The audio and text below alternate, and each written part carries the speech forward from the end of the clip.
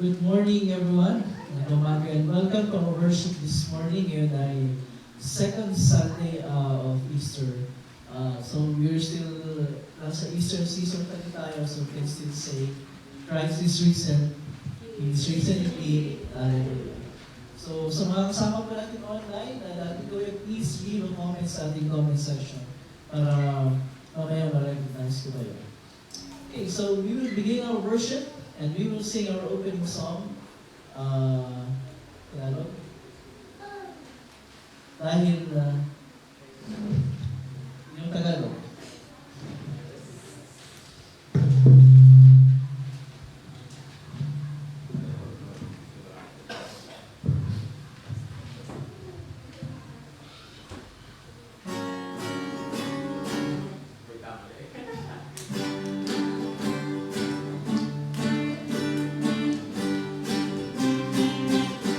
Ang Diyos anak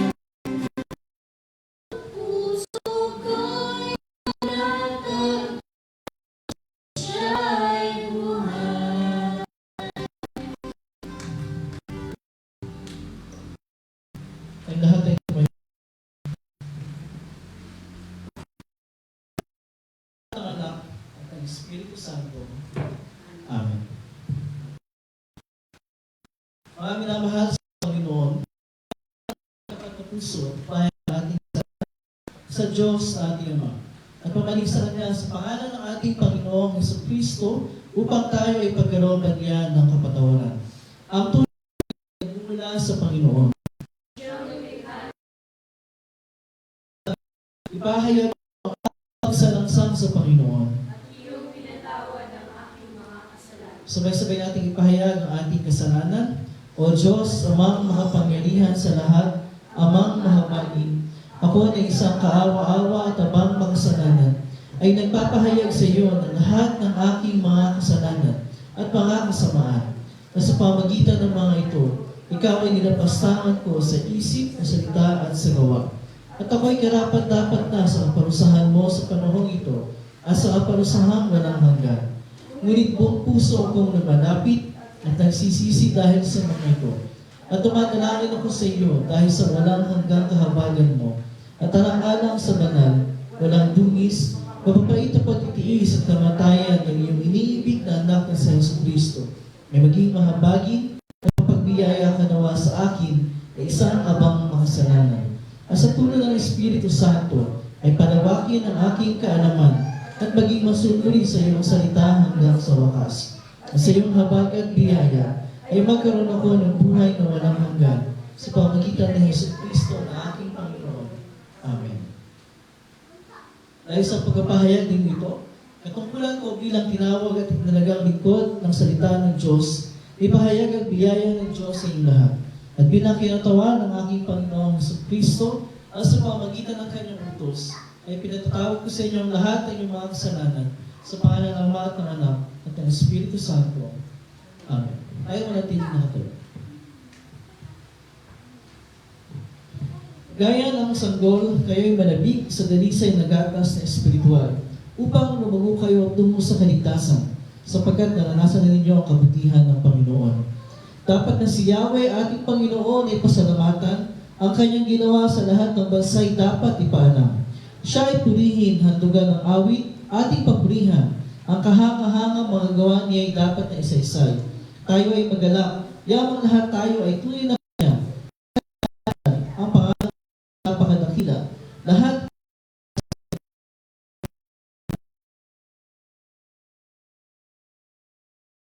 walha at sa anak at sa Espiritu kung paano noong una ngayon magpakailanman walang hanggan. Panginoon, amin. Dito amin. Panginoon, mahabag ka sa amin. Papuri sa Diyos sa kaitaasan at sa lupa'y kapayapaan sa mga taong kinalulugdan niya. Pinupuri ka namin, sinasamba ka namin, niluluwalhati ka namin, pinasasalamatan ka namin dahil sa iyong kaluwalhatian. O Panginoon Diyos, Hari ng kalangitan, sa mga kapangyarihan, o Panginoon bukod na Jesucristo, Panginoong Diyos, Kordero ng Diyos, na nag-aalis ng kasalanan ng sanlibutan.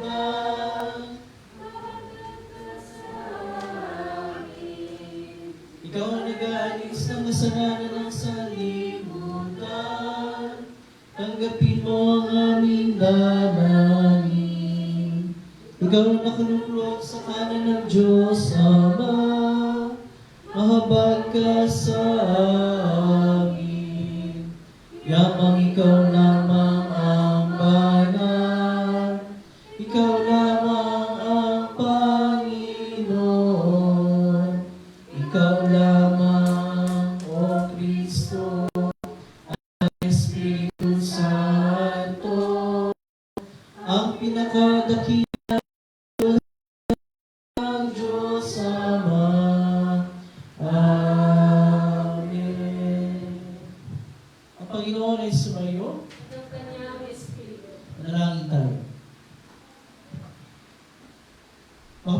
Amang Diyos, ipagkaloob mo na ipahayag namin mga nagdiwang ng muling pagkabuhay ng aming Panginoong Jesus sa aming pamumuhay at mga pananalita na si Jesus ay Panginoon at Diyos. Sa pamagitan niya, ang iyong bugtong na anak na aming Panginoon, na nabubuhay at naghaharing kasama mo at ng Espiritu Santo, iisang Diyos ngayon at magpasawalang hanggan. Amen. Ay lahat ay mga po, pakinggan natin ang pagbasa ng salita ng Diyos.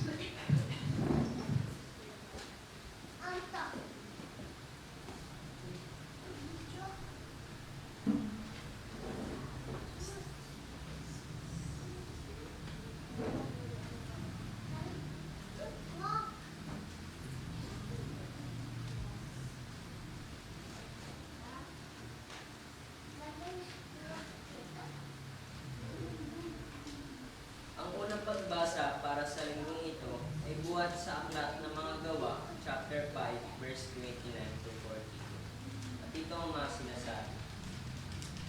Sumagot si Pedro at ang mga ibang apostol. Sa Diyos kami dapat sumunod at hindi sa tao.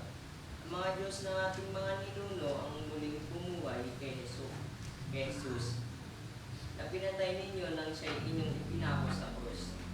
Inakit siya ng Diyos sa kanyang kanan bilang tagapanguna at tagapagligtas. Ipagbigyan ng mga Israelita ng pagkakataong magsisi at tumalikod sa kasalanan. At nang sa gayon ay magkamit sila ng kapatawaran. Saksi kami sa mga bagay nito at kami ang Espiritu Santo na ipinagkaloob ng Diyos sa mga sumusunod sa Kanya. Nagingit-ngit kami sa gali ang mga bumubuo ng kapulungan ng marinig ito at nais nilang ipapatay ang mga apostol. Ngunit tumayo ang isa sa kanila na ang pangalan ay Gamaliel, isang pariseyong guro ng kautusan at iginagalang ng buong bayan. Inuutos niya na ilabas muna mga apostol at pagkatapos ay nagsalita. Mga kababayan, isipin ninyong mabubuti ang gagawin ninyo sa mga taong ito. Hindi pa nagtatagal mula nang lumitaw si Teudas na nagpanggap ng isang dakilang pinuno.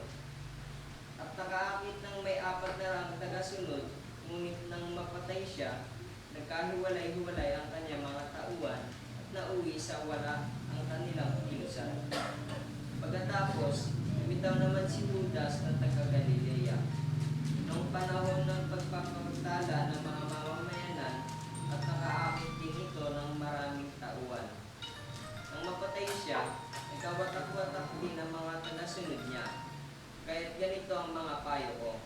Huwag ninyong pakialaman ang mga tao, hayaan ninyo sila. Kung ang kanilang plano o kilusan ay mula sa tao, ito ay kusang maglalaho.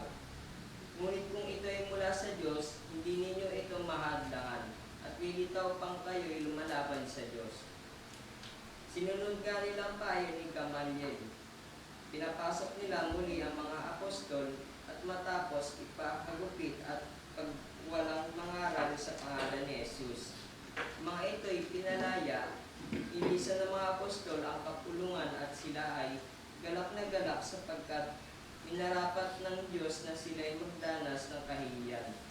Alang-alang sa pangalan ng Jesus at araw-araw sa templo at sa mga bahay-bahay, walang tigil silang nagturo at nangaral ng magandang balita tungkol kay Jesus, ang Kristo. At ito ang salita ng Diyos. At ang ikalawang pagbasa naman ay buhat sa unang aklat ni Pedro, chapter 1, verse 3 to 9. At ito ang mga sinasabi. Pasalamatan natin ang Diyos at ang ating Panginoong Jesucristo. Dahil sa laki ng habag niya sa atin, tayo'y binigyan niya ng isang panibagong buhay na pamamagitan ng muling Kristo. Itong nabigay sa atin ng buhay na pag-asa na magmamahal ng kayamanan din masisira. Walang kapintasan na inenda ng Diyos. Langit pa iningatan ng Diyos ang inyong kaligtasang nakahandang ihayag sa katapusan ng panahon. ay dapat ninyong ikagalak kahit na maaaring magdanas muna kayo ng iba't ibang pagsubok sa loob ng maikling panahon. Ang ginto, bagamat nasisira ay pinapadaan sa apoy upang malaman kung talagang dalisay. Gayon din naman, ang inyong pananampalataya na higit na malaga kaysa sa ginto ay sinusubok upang malaman kung ito'y talagang tapat. Sa ganun, kayo'y mapupurihan, dadakilain at pamarangalan sa araw ng mahayag si Kristo. Hindi ninyo siya nakita, ngunit siya'y inibig ninyo. Hindi pa rin ninyo siya nakita hanggang ngayon, ngunit sumasampalataya kayo sa Kanya. Dahil dito'y nag-uumapaw ng inyong puso, ang kagalang-galang kaya at tinatanggap ninyo ang pananampalataya mula sa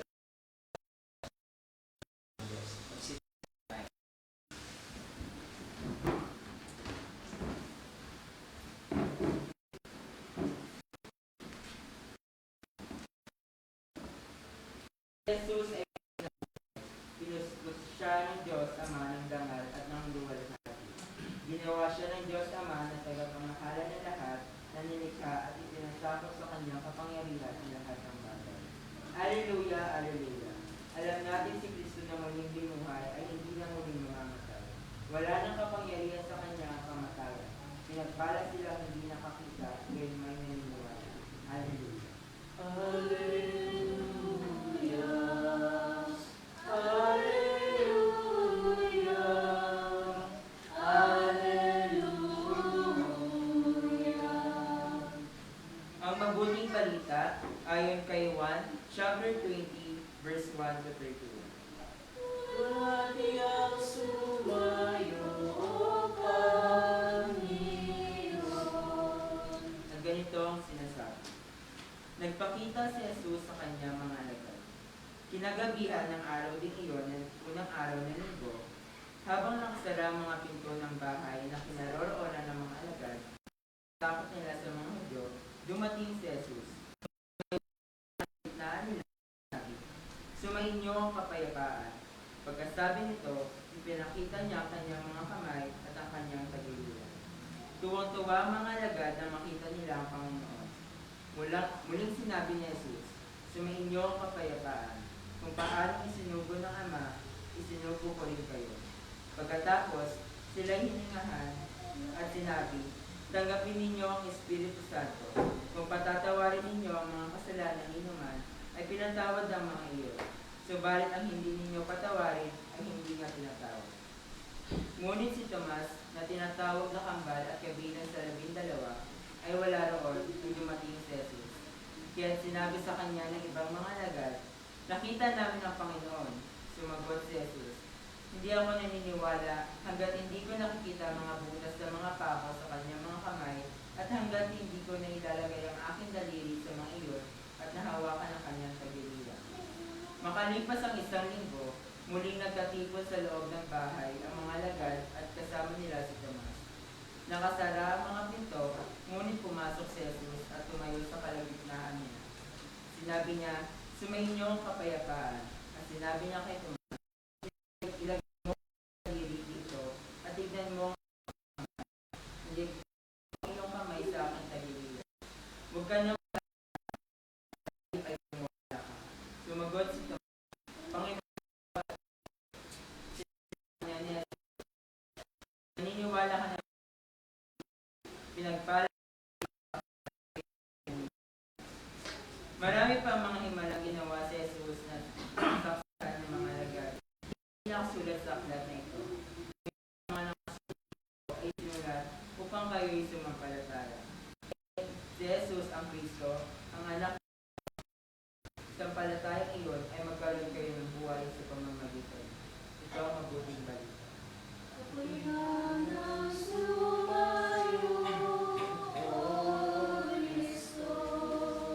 Manatiling po tayo dito at sabay-sabay natin bibigkasin ang pagpapayag ng pananampalataya. Sampalataya po sa mga kapangyarihan at mga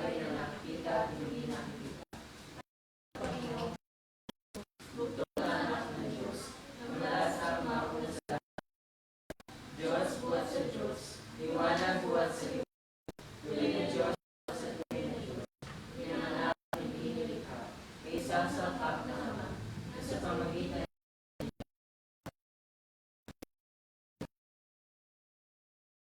ay bumabagala sa langit at nagkasawang tao sa pamagitan ng Espiritu Santo kay Bernabé. Nagpakasakit dahil sa panahon ni Poncio Pilato.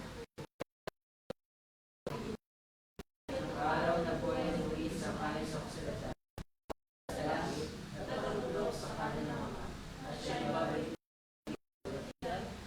kumain ng mga buhay ng mga patay. Ang kaya niya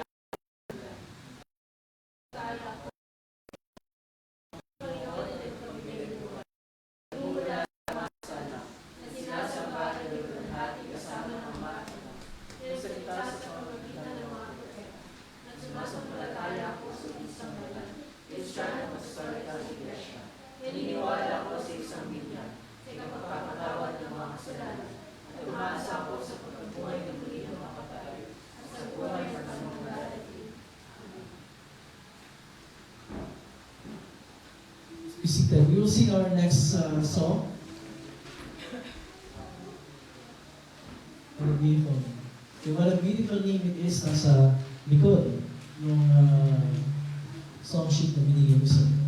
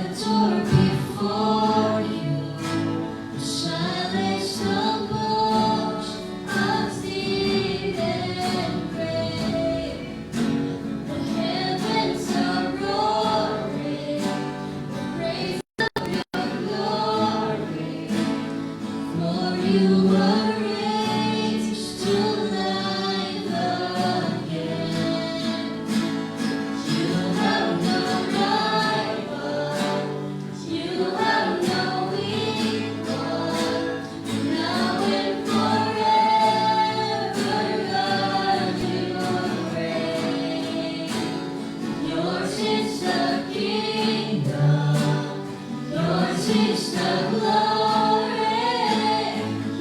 is the name above all names. What a powerful name it is. What a powerful name it is. The name of Jesus Christ, my King. What a powerful name it is. Nothing can stand against. What a powerful name it is. The name of Jesus.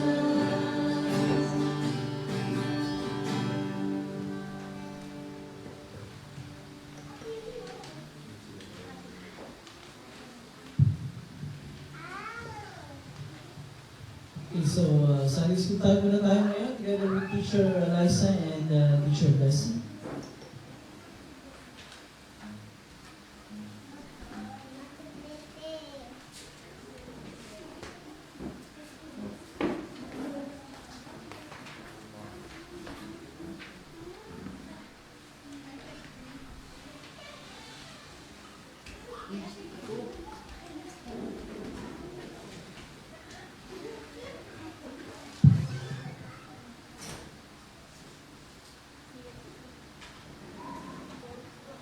Good morning everyone.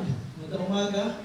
At sumayin ang lahat ng masaganang kagandahang loob at kapayapaan mula sa Diyos na ating Ama sa pamamagitan ni Kristo Jesus na ating Panginoon. Amen. Ang pananampalataya ay hindi nangangailangan ng ebidensya o ng proof. Dahil ang pananampalataya, katulad na sinasabi sa Hebrew chapter 11 verse 1, ay pagtitiwala sa mga bagay na hindi nakikita. Agree? O disagree? Agree. Pero hindi para kay Tomas. Para kay Tomas, disagree. Hindi yung sangayon doon. So dahil natin napakinggan sa pagbasa kanina sa Ebanghelyo, noong gabi, na unang napakita ang ating Panginoon sa kanyang mga alagad. Habang yung mga alagad ay nagtitipon sa isang room na nakapadlock from the inside. Dahil takot na takot pa rin sila sa mga Hudyo. Biglang lumitaw ang Panginoon sa kanilang kalagitnaan. Pero, absent si Tomas. Wala siya eh. For some reasons, wala siya doon. Kaya minsan mayroon pag-absent doon. Absent si Tomas eh. So, nung napakita ang Panginoon for the first time sa kanyang mga alagad, wala siya doon. Kaya ang ginawa ng mga alagad, sinabi sa kanya, nakita namin ang Panginoon. Pero ang sabi ni Tomas sa kanila, hindi ako maniniwala hanggat hindi ko nahahawakan ang mga butas ng pako sa kanyang kamay at sa kanyang tagiliran. At agad hindi ko na ipapasok yung aking mga daliri sa mga butas sa mga pako ngayon. Hindi ako maniniwala.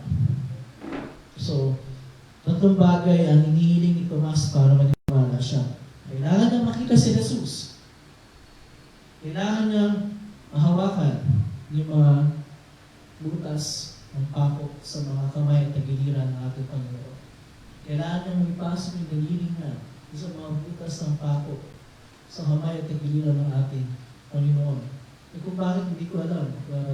Si Tomas ang nakakalam. Kailangan pa niyang hawakan, kailangan pa niyang mapasok yung kanyang mga daliri. Para patunayan talagang si Jesus yun, hindi yung ilusyon. Kasi nakita niya mismo, nahawakan niya mismo. Diba? Para kay Tomas, hindi siya sa ayon. Kailangan niya ng ebidensya bago siya maniwala, bago siya manampalataya na si Jesus nga ay muling nabuhay. And so, 8 days later, Thomas got what he wanted. Muling napakita ang Panginoon sa kanila. Same pa rin yung setting. Room, padlock, nagkakatipon sila. But this time, present na si Tomas. At biglang lumitaw sa kanilang kalagitnaan ang Panginoon. Okay? Hindi siya kumatok, lumitaw sa kanilang kalagitnaan. sinabi? Sinabi na kay Tomas, in-address na si Tomas. Ang sabi na kay Tomas, halika, mahan mo. Pasok mo yung kamay mo. Yung dalili mo. Sa mga butas ng pako sa aking kamay. At tiniliran. The exact same thing na gustong gawin ni Tomas. Yun ang sinabi ng Panginoong Jesus kay Tomas. Diba? But alam ng Panginoon. Sinabi ng mga alagad sa kanya, hindi. Alam ng Panginoon, dahil sa pagkakataong ito, ginagamit na niya yung kanyang kapangyarihan bilang ang makapangyarihang Diyos na nalalaman ang lahat ng bagay.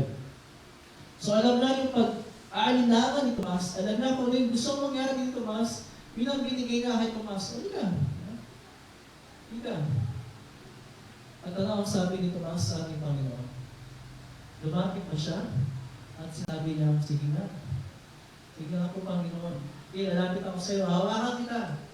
Patingin ang mga butas ng pako. Mahawak. At kung totoo nga yan, hindi yan ilusyon. Ipapasok yung mga dalili ko sa butas ng pako. Sa iyong mga kamay at tiniliran. At pag nangyari yan, maniniwala na ako talaga. Yun ba nangyari? Yun ang ginawa ni Tomas. Hindi. Sa paanaya sa kanya ng Panginoon, ang naging tugon ni Tomas ay ito. Panginoon ko at Diyos ko.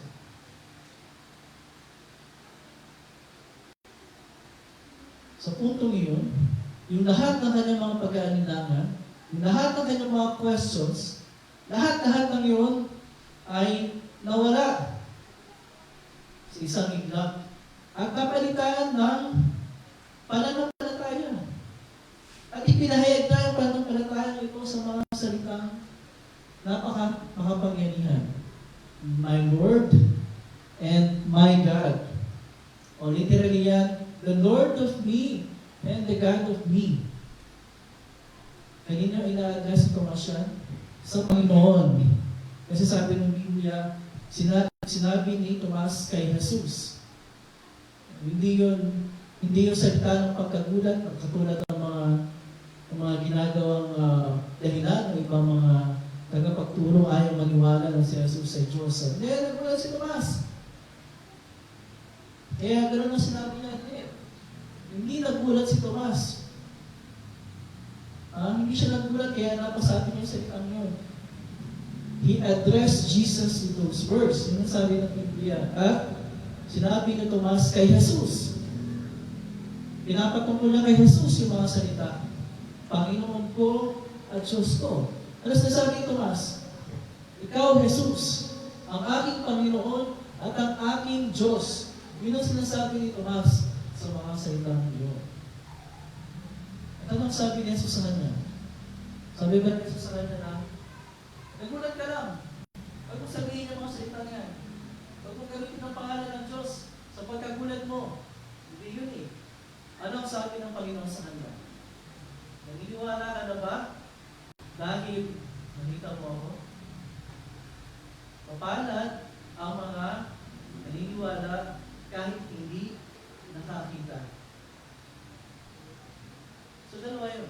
Una, merong ang tawag sa Tagalog, merong mga pag-review doon sa hindi paniniwala ni Tomas. Pero pangalawa, gusto mo sinabi na mapalad ang mga naniniwala kahit hindi nakakita. Pero hindi na ipagtanggap sa pagpapahayag ng pananampalataya ni Tomas. Kaya sinabi na, naniniwala ka na ba? Dahil nakita mo. Kaya si Tomas, galing yung sa age na doubting Thomas.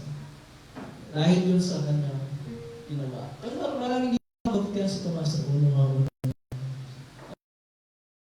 bago dakpil, natapang siya.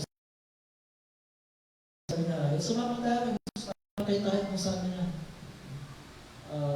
Pero of course, ang tumatak sa kanyang pangalan ay yung kanyang pagdududa, kanyang pag-aalinlangan sa salita ng Panginoon. Mali ba si Tomas na maghanap ng ebidensya bago siya nagpalataya? O medyo tama siya? Ano doon? Mali ba siya maghanap ng ebidensya bago siya nagpalataya? O tama siya? O may tama siya? Mali ba? Mali ba sabihin niya, hindi ko man nakita eh, wala naman ako doon eh. Kailangan makita ko muna. Kailangan mahawakan ko muna. Mali ba yun? At syempre, mali kasi sabihin nga siya ng Panginoon, naniniwala ka naman dahil nakita mo ako. Tapos sinabi niya, mapalad ang mga hindi nakakita dahil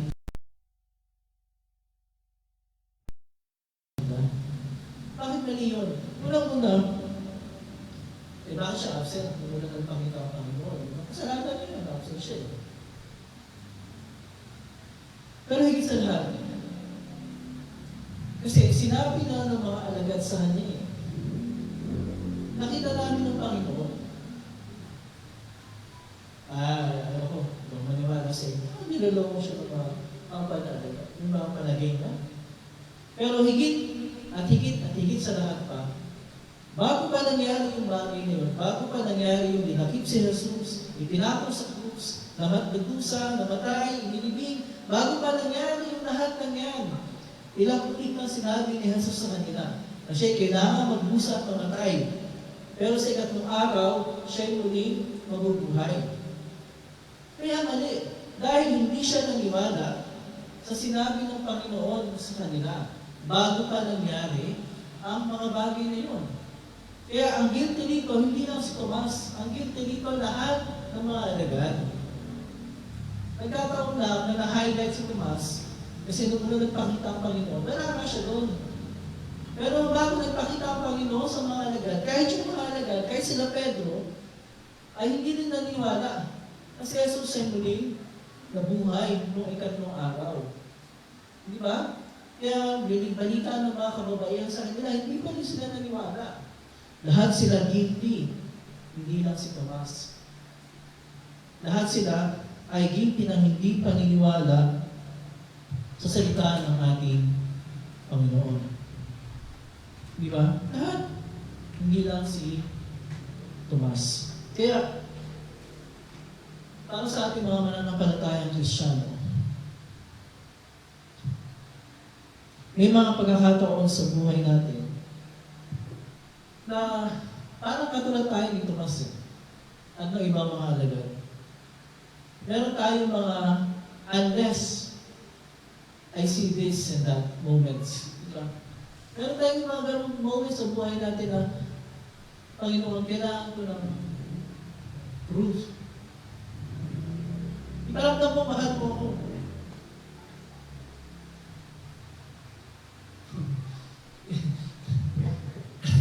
Yung ganong mga moments ba na, iparamdam mo, pakita mo, patunayan mo. May ganong mga moments sa buhay natin. Especially sa mga panahon na talagang bagsak na bagsak tayo. Hirap na hirap tayo. Diba? Talagang yung parang yung mundo gumuhula sa atin.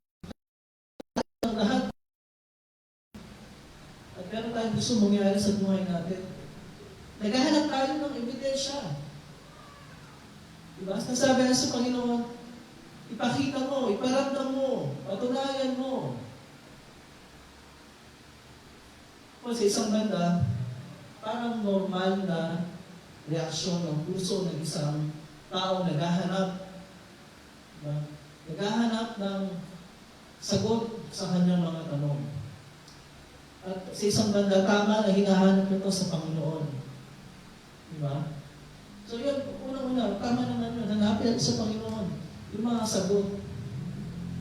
Kung hindi masagot, ilabas natin sa Panginoon yung lahat ng ating nararamdaman, yung bigat ng ating nararamdaman. Sabihin natin. At malaya tayong sabihin sa Panginoon yan. Hindi tayo kailangan magkaroon ng script na kailangan tama yung sasabihin natin. No?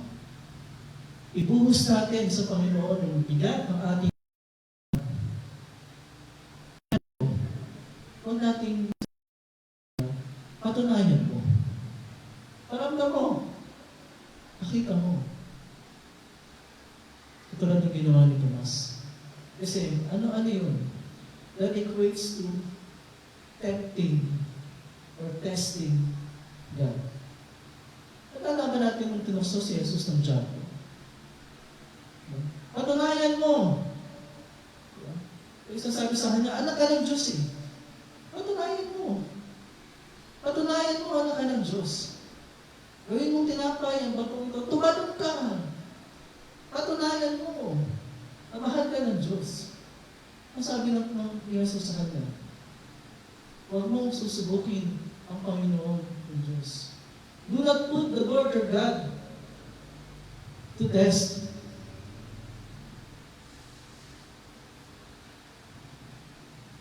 Yun eh. Again, hindi masama na ibuhos natin yung nararamdaman sa Panginoon kahit may mga mali tayong salita na masasabi. Na we could say, patunayan mo. At hanggat hindi napapatunayan ng Panginoon sa ating sariling pamamahal at kagustuhan, hindi natin sasabihin sinagot ng Panginoon ang ating mga karainan. That's putting the Lord our God to the test. Hindi kailangan patunayan ng Panginoon. Hindi kailangan iparamdam ng Panginoon. Hindi kailangan bigyan tayo ng ebidensya ng Panginoon. Sa paraang gusto natin. Kasi yun ang problema eh. Pag sinabi natin sa Panginoon na patunayan mo, pakita mo, meron tayo sa isip natin na ito yung dapat mangyari. Di ba? Ito yung dapat mangyari. E paano yun? Iba nga ang pamamaraan ng Panginoon. Di ba? For my ways are not your ways. For my thoughts are not your thoughts. Sabi ng Panginoon, di ba? Yun ang problema dun eh. So pag hindi nagtugma, ano ang conclusion natin? Hindi sinagot ng Panginoon, hindi ako mahal ng Panginoon. Hindi na pinaramdam eh. Yun ang nagiging conclusion ng maraming tao. Pero apart from what we think, apart from what we feel, apart from yung mga bagay na ito yung sinasabi natin, ito kailangan mangyari. Apart from those things, ipinararamdam, ipinapakita, at pinapatunayan ng Panginoon yung kanyang pagmamahal sa atin. Hindi pa ba sapat na patunay yung nalaman siya dito sa mundo ito? At iniwan na yung kanyang kapangyarihan at yung kalwalatian ng langit para pasanin yung ating responsibility sa kautusan ng Diyos. Para pasanin yung ating mga kasalanan, para ipala yung kanyang buhay doon sa krus. Hindi pa ba sapat yun na patunay at pagpaparamdam at ebidensya ng pagmamahal ng Panginoon sa atin? Sapat nila. Para sa ating mga mananampalatayang Kristiyano, hindi na tayo naghahanap ng ano pang ebidensya. Kasi sapat na yung ebidensya ang binigay niya para sa atin. Yung binigay niya yung kanyang buong buhay doon sa krus para mapatawad ang ating mga kasalanan. May mga pangyayari sa buhay natin na hindi natin maiintindihan. Normal yan. Hindi talaga natin maiintindihan ang lahat ng bagay. Hindi talaga. Promise, hindi talaga. Kahit anong pilit ang gawin natin, maraming bagay sa buhay natin na hindi natin maiintindihan. Maraming tanong sa isip natin na hindi masasagot. Kahit ang pinakamagaling, pastor, pag meron kayong na-encounter na taong alam na ang sagot sa lahat ng bagay, lumayo kayo sa kanya. Huwag niyo subukan. Kasi masisira ang buhay niyo. Dahil walang taong nakakaalam ng lahat ng bagay. Di ba? Ang Panginoon lang. So, dapat natin yun. Dahil hindi natin maintindihan, gumagalaw ang Panginoon sa parang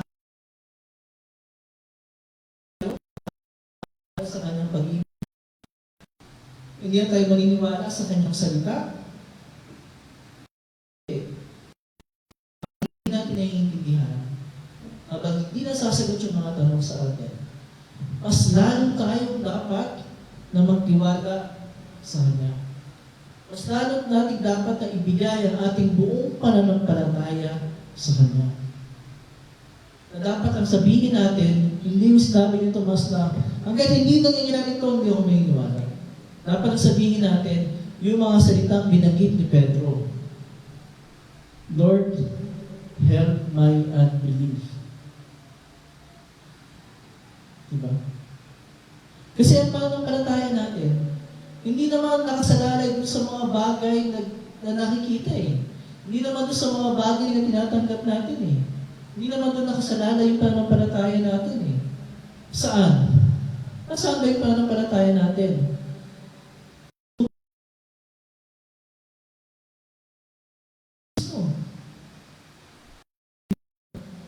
Siya ang ating pinanampalatayanan. Hindi yung mga ebidensyang pinapakita niya o mga gusto natin. Siya mismo. Siya ang ating Panginoon. Diba? Siya ang ating Diyos. Hindi yung mga bagay na meron. Siya din mismo ang nagbigay sa atin. That's the reason why sinasabi ng Biblia na ang pananampalataya ay pagtitiwala sa mga bagay na hindi nakikita. Kasi limitado yung kaisipan natin mga tao. Hindi lang limitado, defektibo dahil sa kasalanan. Pero sapat na para sa ating malaman na kahit na limitado yung kaisipan natin, defective. Pati yung ating mga ginagawa, pati yung ating pananampalataya, pati yung ating pagtitiwala, yung buong buhay natin, hindi perfecto. Para malaman natin na regardless, in spite of who we are, yung gano'n natin, mahal tayo ng ating Panginoon. At kung magdududa tayo Diyos sa ginawa niya para sa atin, sabihin natin pag binalikan natin yung pangyayari mo. Hindi ba? Pagmamahal. Kaya nga sinasabi ng Biblia, sabulitin natin lahat, sapagkat gayon na lamang ang pag-ibig ng Diyos sa sangkatauhan. Kaya binigay niya ang kanyang bugtong na anak upang ang sino mang sumampalataya sa Kanya ay hindi mapahamak, kundi magkaroon ng buhay na walang hanggan. Hindi ka tang-isip yung pananampalataya natin, ha? Hindi ka tang-isip ang Panginoon. Biblia. Bagamat sinasabi sa na pananampalataya ay pagtitiwala sa mga bagay na hindi nakikita, and yet, napakaraming ebidensya na ibinigay ang salita ng Diyos para maniwala tayo at manampalataya sa Diyos, sa ating Panginoon, at sa katotohanan ng kanyang ginawa para sa atin. Hindi ba ebidensya ito na hindi natin nakita ang Panginoon pero nananampalataya tayo sa Kanya? Di ba? Natin na i-accept, yung nangyari sa Panginoon na siya nandito sa lupa, that happened more than 2,000 years ago. And yet here we are. Nagtitipon. Hindi naman nakalakang pinto natin. Pero nagtitipon tayo sa isang room na ito. Para saan? Para pulihin at sambahin ng Panginoon, para tanggapin yung kanyang mga pagpapalang pinagkakalaw sa atin. Forgiveness of sins. Diba? Ang patnubay ng Espiritu Santo, ang katiyakan ng kaligtasan, these are the things na patuloy na ibigay niya sa atin ng ating Panginoon. At paano nangyari na nampalataya tayo sa Kanya na hindi natin nakita? Sapagkat inakay tayo ng Espiritu Santo.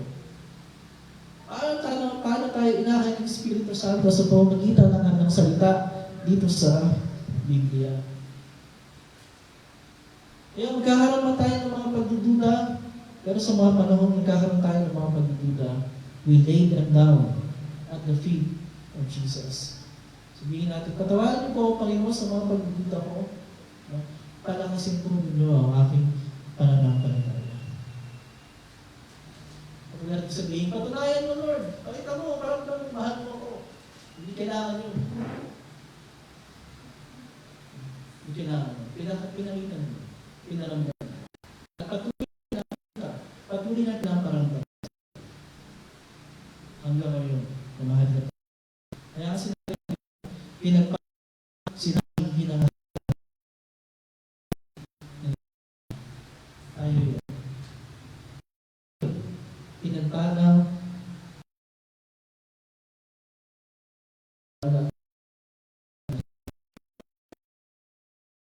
pamagitan ng patnubay ng Espiritu Santo at ang patotoo ng paano ang salita ang naghatid tayo sa ating puso kay Jesus ang magpapatibay at magpapanatilihan sa atin sa pananampalataya nito. Hindi perfecto, pero sapat para sa Panginoon na hindi malilit na kapayapaan ng Diyos. Siya mag-iingat sa ating puso at pag-isip sa pamamagitan ng Panginoon. Ay lahat ito ngayon at kapatuloy tayo sa pag-awit ng auditoryo ng paghahanap.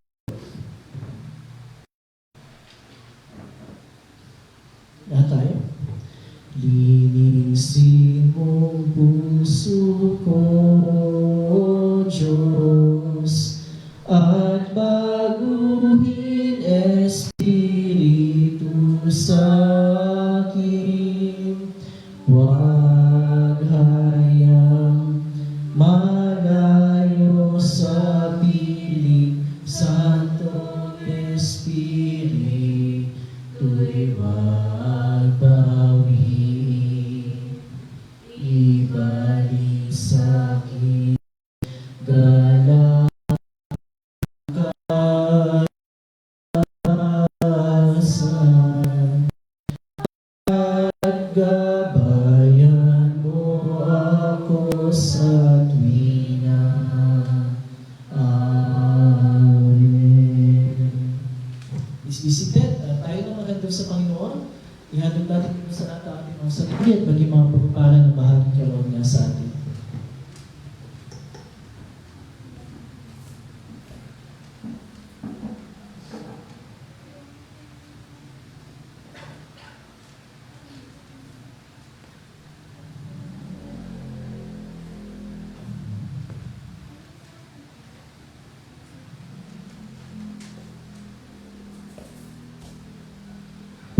Okay, meron ba kayo gusto kasama sa prayers natin? Prayer request? Si Katrina?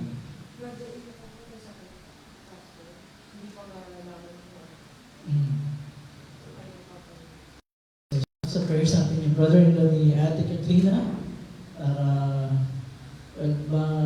malaman yung sakit para mabigyan ng tamang gamot o lunas. Meron pa?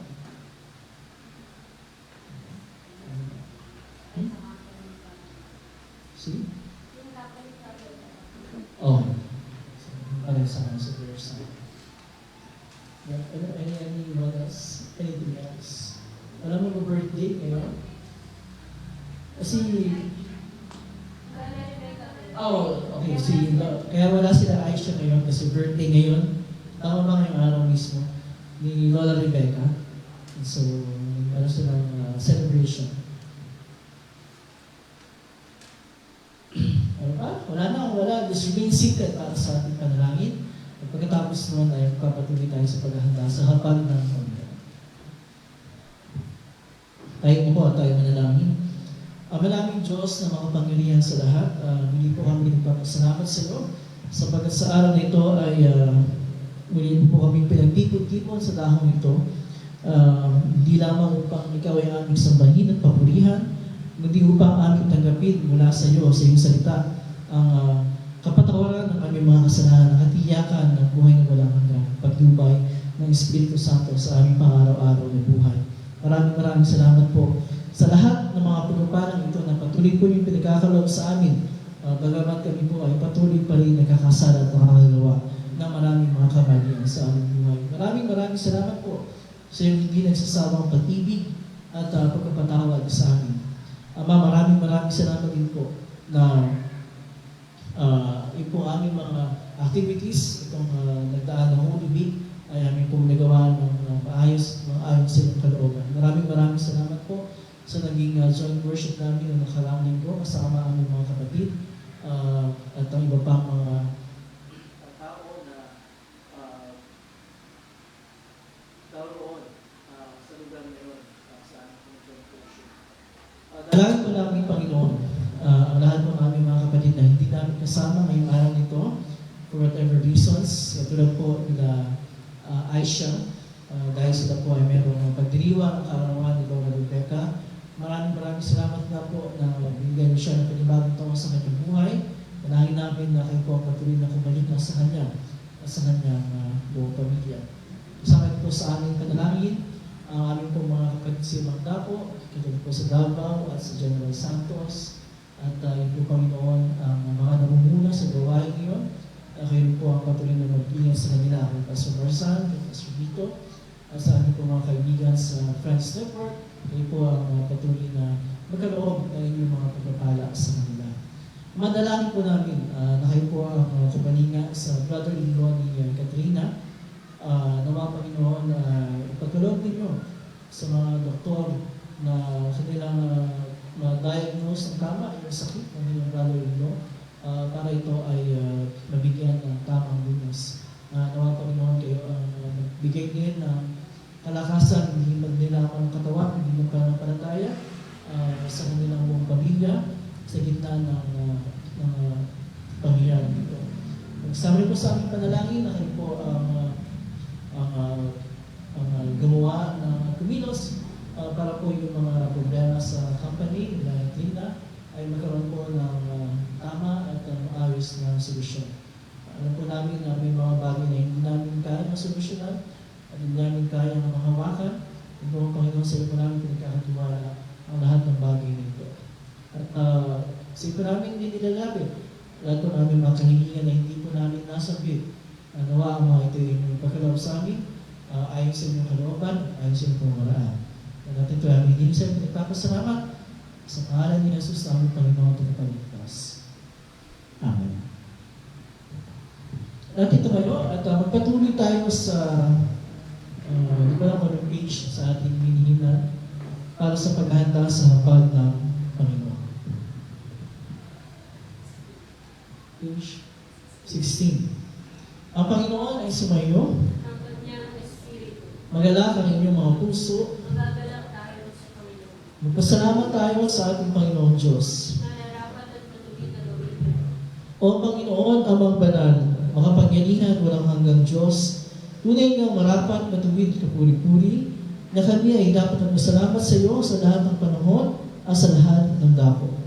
Nauna sa lahat ay tungkulin namin na purihin ka sa malulhating pagkabuhay ng muli ng iyong anak na si Jesucristo, ang aming Panginoon, sapagkat siya ang tunay na kordero ng Paskwa ay inihandog dahil sa amin at nag-aalis ang kasalanan ng sanlibutan. Sa pamamagitan ng kanyang kamatayan ay kanyang napagtagumpayan ng kamatayan at sa kanyang muling pagkabuhay ay binalik sa amin ang buhay na walang hanggan. Kaya kasama ng mga anghel at mga kanghel at ang buhok mo ng langit, aming pinupuri at tinadakila ang malulhati mong pangalan, laging pinupuri ka at sinasabi, Banal, banal, banal, Diyos na Panginoon ng mga hukbo, ang langit at ang lupa ay puno ng iyong kaluwalhatian. Hosana, Hosana, Hosana sa kaitaasan.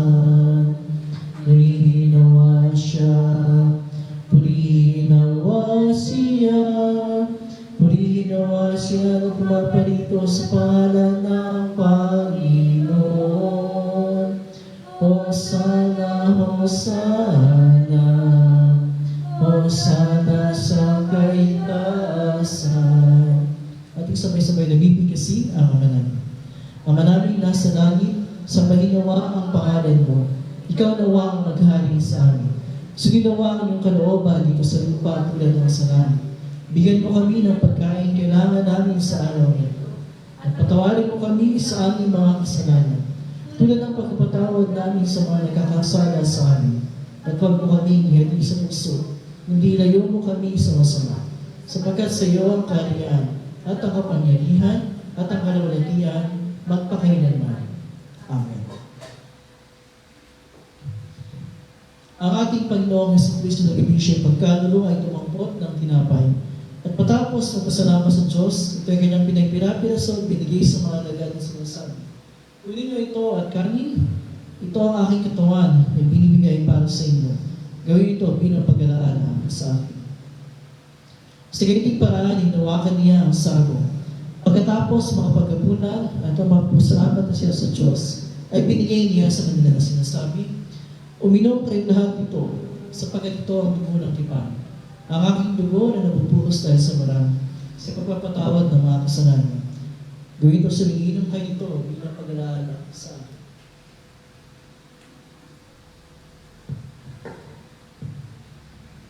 Ang kapayapaan ng Panginoon ay laging sumayo. Amen. O Kristo, ikaw ang kordero ng Diyos na nag-alis ng kasalanan ng sanlibutan. Mahabag ka sa amin. O Kristo, ikaw ang kordero ng Diyos na nag-alis ng kasalanan ng sanlibutan. Mahabag ka sa amin. O Kristo, ikaw ang kordero ng Diyos na nag-alis ng kasalanan ng sanlibutan. Ipagkaloob mo sa amin ang iyong kapayapaan. Amen.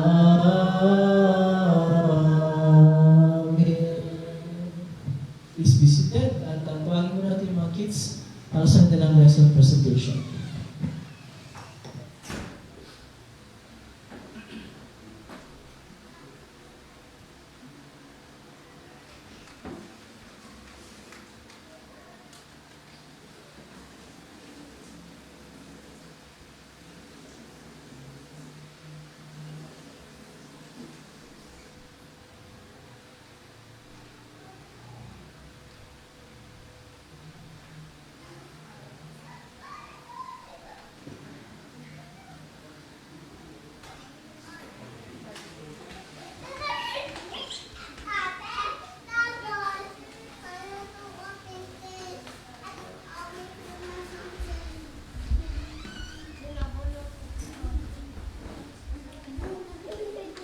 Okay, so Teacher Blessing, Teacher Liza, go ahead.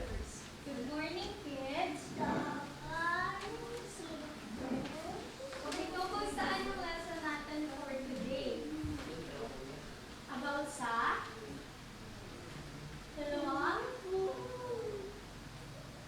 dalawang apostol na nakita si Jesus. Very good. So, ano yung natutunan ng dalawang alagad tungkol kay Jesus?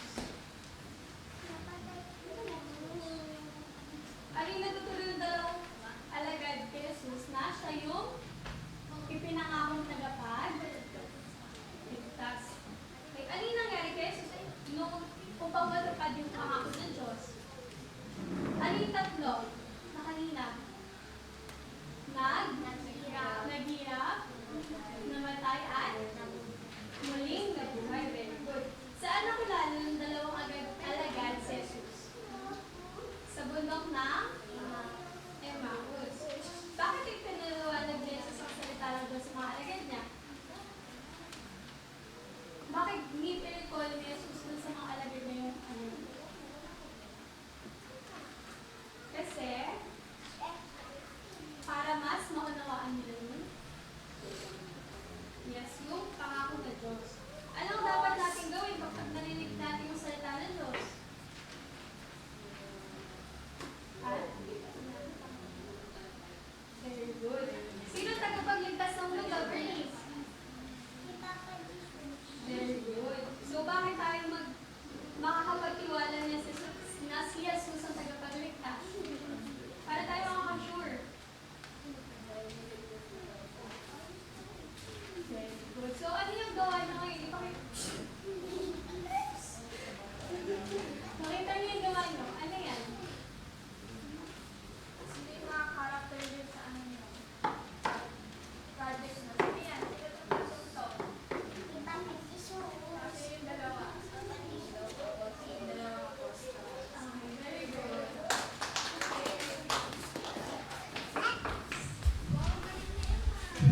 Okay, so ngayon ay tayo ay sama-sama tatanggap sa kanyang tunay na katawan dugo, kailangan natin alap sa pagkakatawan ng ating mga kasalanan.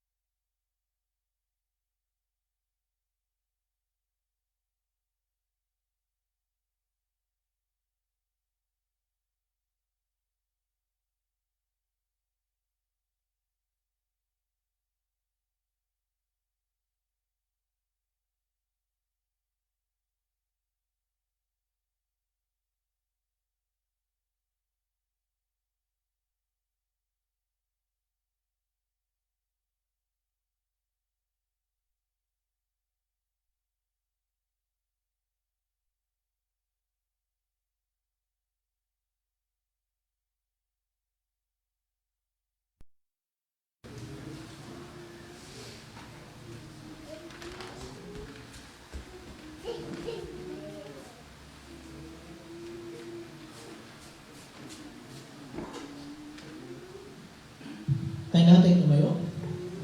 And we'll sing ang pagyao sa kapayapaan. Lahat tayo. Panginoon, ginahit mo ng lingkod ay pumanaw sa Ayon sa iyong pangako, sapagkat nakita ng aming mga Panginoon, pagliligtas. na inihanda mo para sa lahat ng mga bansa. Iwanag itong tatanggal sa mga hentil. At magbibigay karangalan sa iyong bayang Israel. Luwal at isama at sa anak at sa Espiritu, kung paano noon una, ngayon magpakailanman, walang hanggan. Amen. O pasalamatan natin ang Panginoong Diyos sapagkat siya ay mabuti. Ang kanyang pag-ibig ay walang hanggan at mananatili. Pinasasalamatan ka namin, Diyos, sa mga panghilingan sa lahat, sapagkat piniginhawa mo kami sa pamagitan ng sakramentong ito. At dinadalain namin sa pamagitan ng kaloob na ito ay palakasin mo ang aming pananampalataya sa iyo at paningasin mo ang aming pag-ibig sa isa't isa. Alang-alang kay Jesu Kristo ang aming Panginoon na nabubuhay at tagahari ng samawat ng Espiritu Santo, isang Diyos magpakailanman.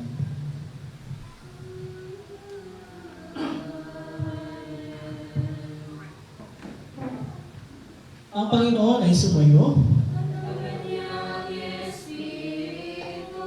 Purihin natin ang Panginoon. Magpasalamat tayo sa Diyos. Tagyan niyo ang pagpapala ng Panginoon. Pagpalain ka naman ng Panginoon at ingatan. Paliwanag ginawa ng Panginoon ang kanyang mukha sa iyo at mahabag sa iyo. Iningap nawa ng Panginoon ang kanyang mukha sa iyo at bigyan ka ng kapayapaan. Amen. Amen. Amen.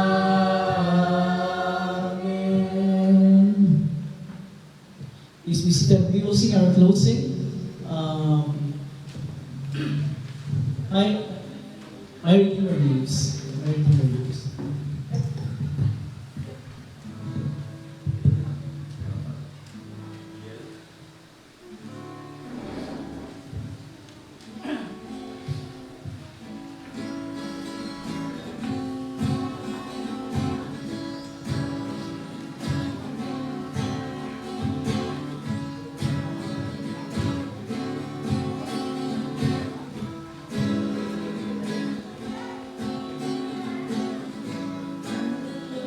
His rescued my soul. His blood has covered my sin. I believe. I believe. My shame is taken away. My pain is sealed in His name. I believe. I believe. I'll raise a banner.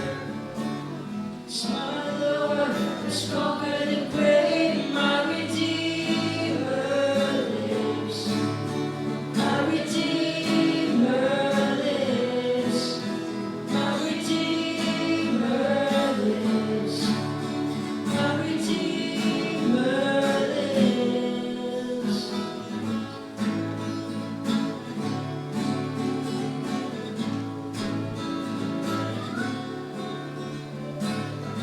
I know He's rescued my soul. His blood has covered my sin. I believe. I believe. My shame is taken away.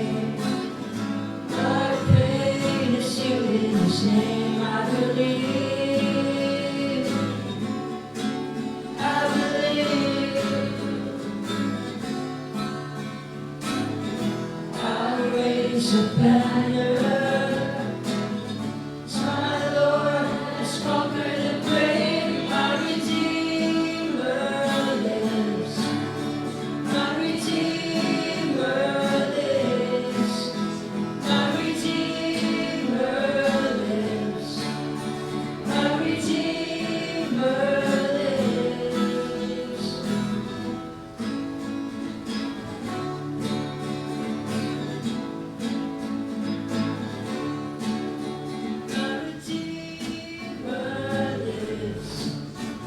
Redeemer lives. My Redeemer lives. My Redeemer lives. My Redeemer lives. My Redeemer lives. My Redeemer lives. My Redeemer lives.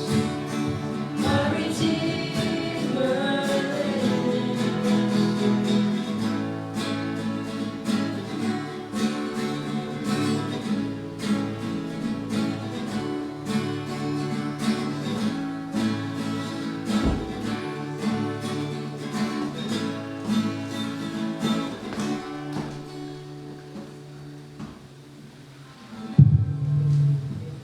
Okay, good morning everyone. Magandang umaga. Good morning, and Christ is risen. He is risen indeed. Hallelujah. Welcome sa lahat ng mga naibahagi sa ating pagsamba ngayong umagang ito. We'd like to, welcome as well yung mga kasama natin online. Kung may mga nag-iwan ng comments sa comment section natin.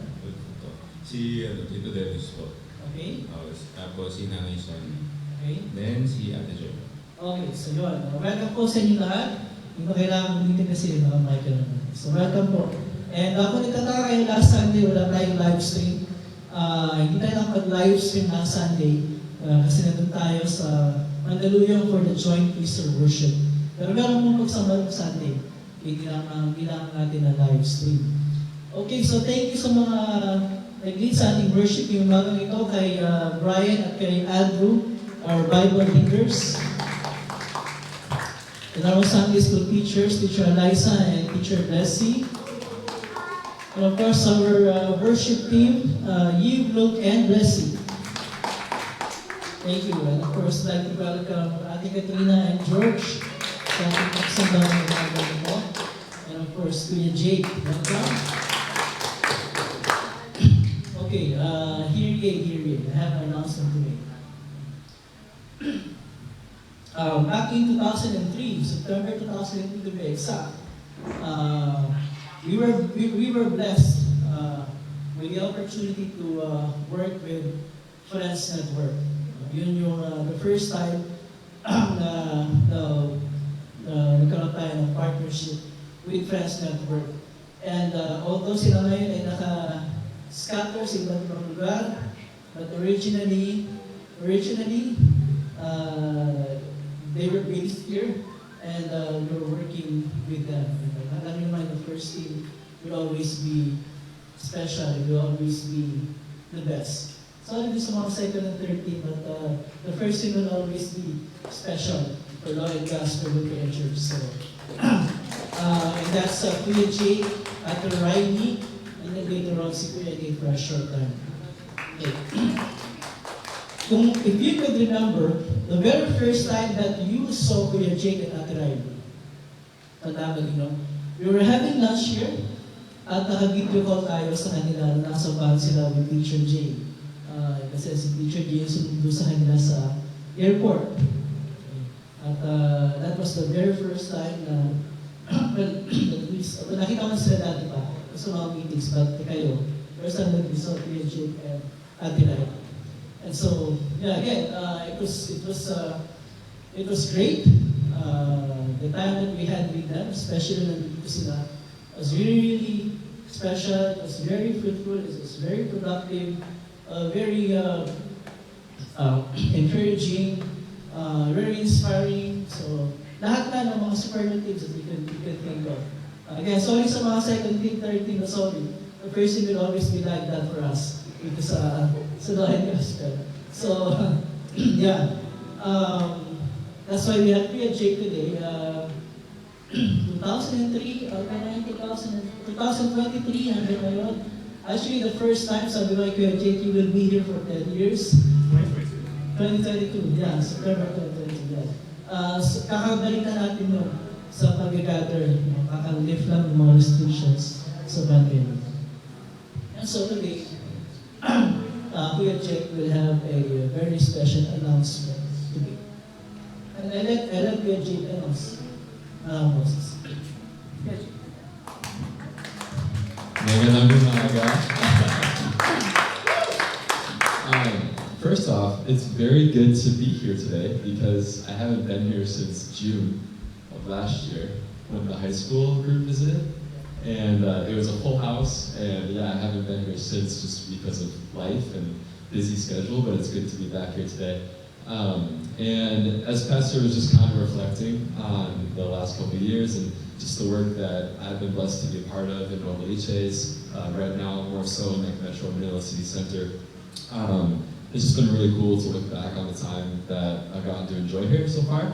And the reason I'm here today is because this will actually be my last time here at Long Gospel kasi babalik na ako sa US sa May 1st for good. So I'll be leaving in just under 3 weeks. So I wanted to come back today for one last time to see as many of you as I could. And just thank you for welcoming me and Ate Riley. I remember the first Sunday when we walked in and you all turned around and you're like, who are these people? And I don't blame you, but you guys were so friendly, so welcoming.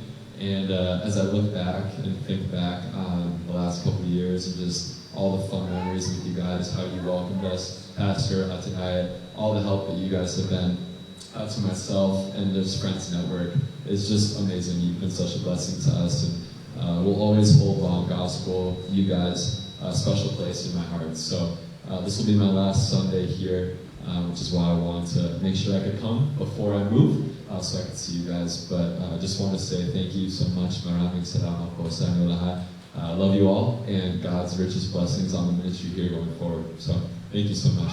Appreciate it.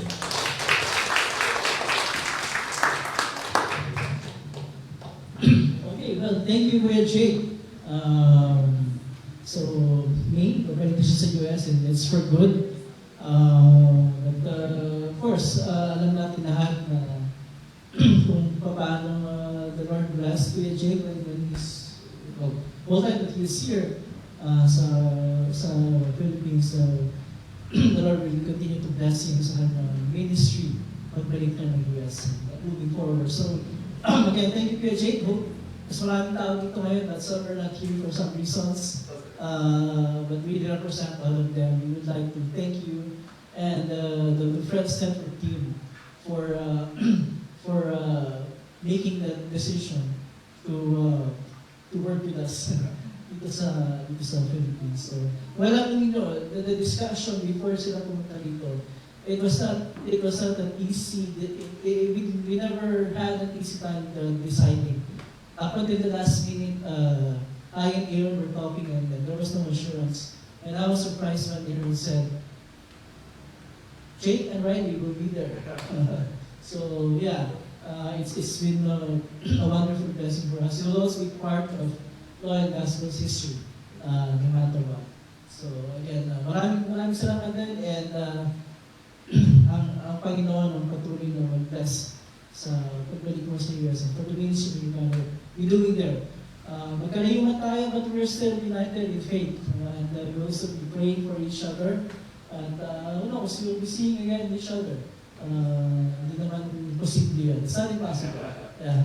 Okay, so thank you again, Kuya Jake. Let's give Kuya Jake a round of applause for the work that he has done sa atin for the past years.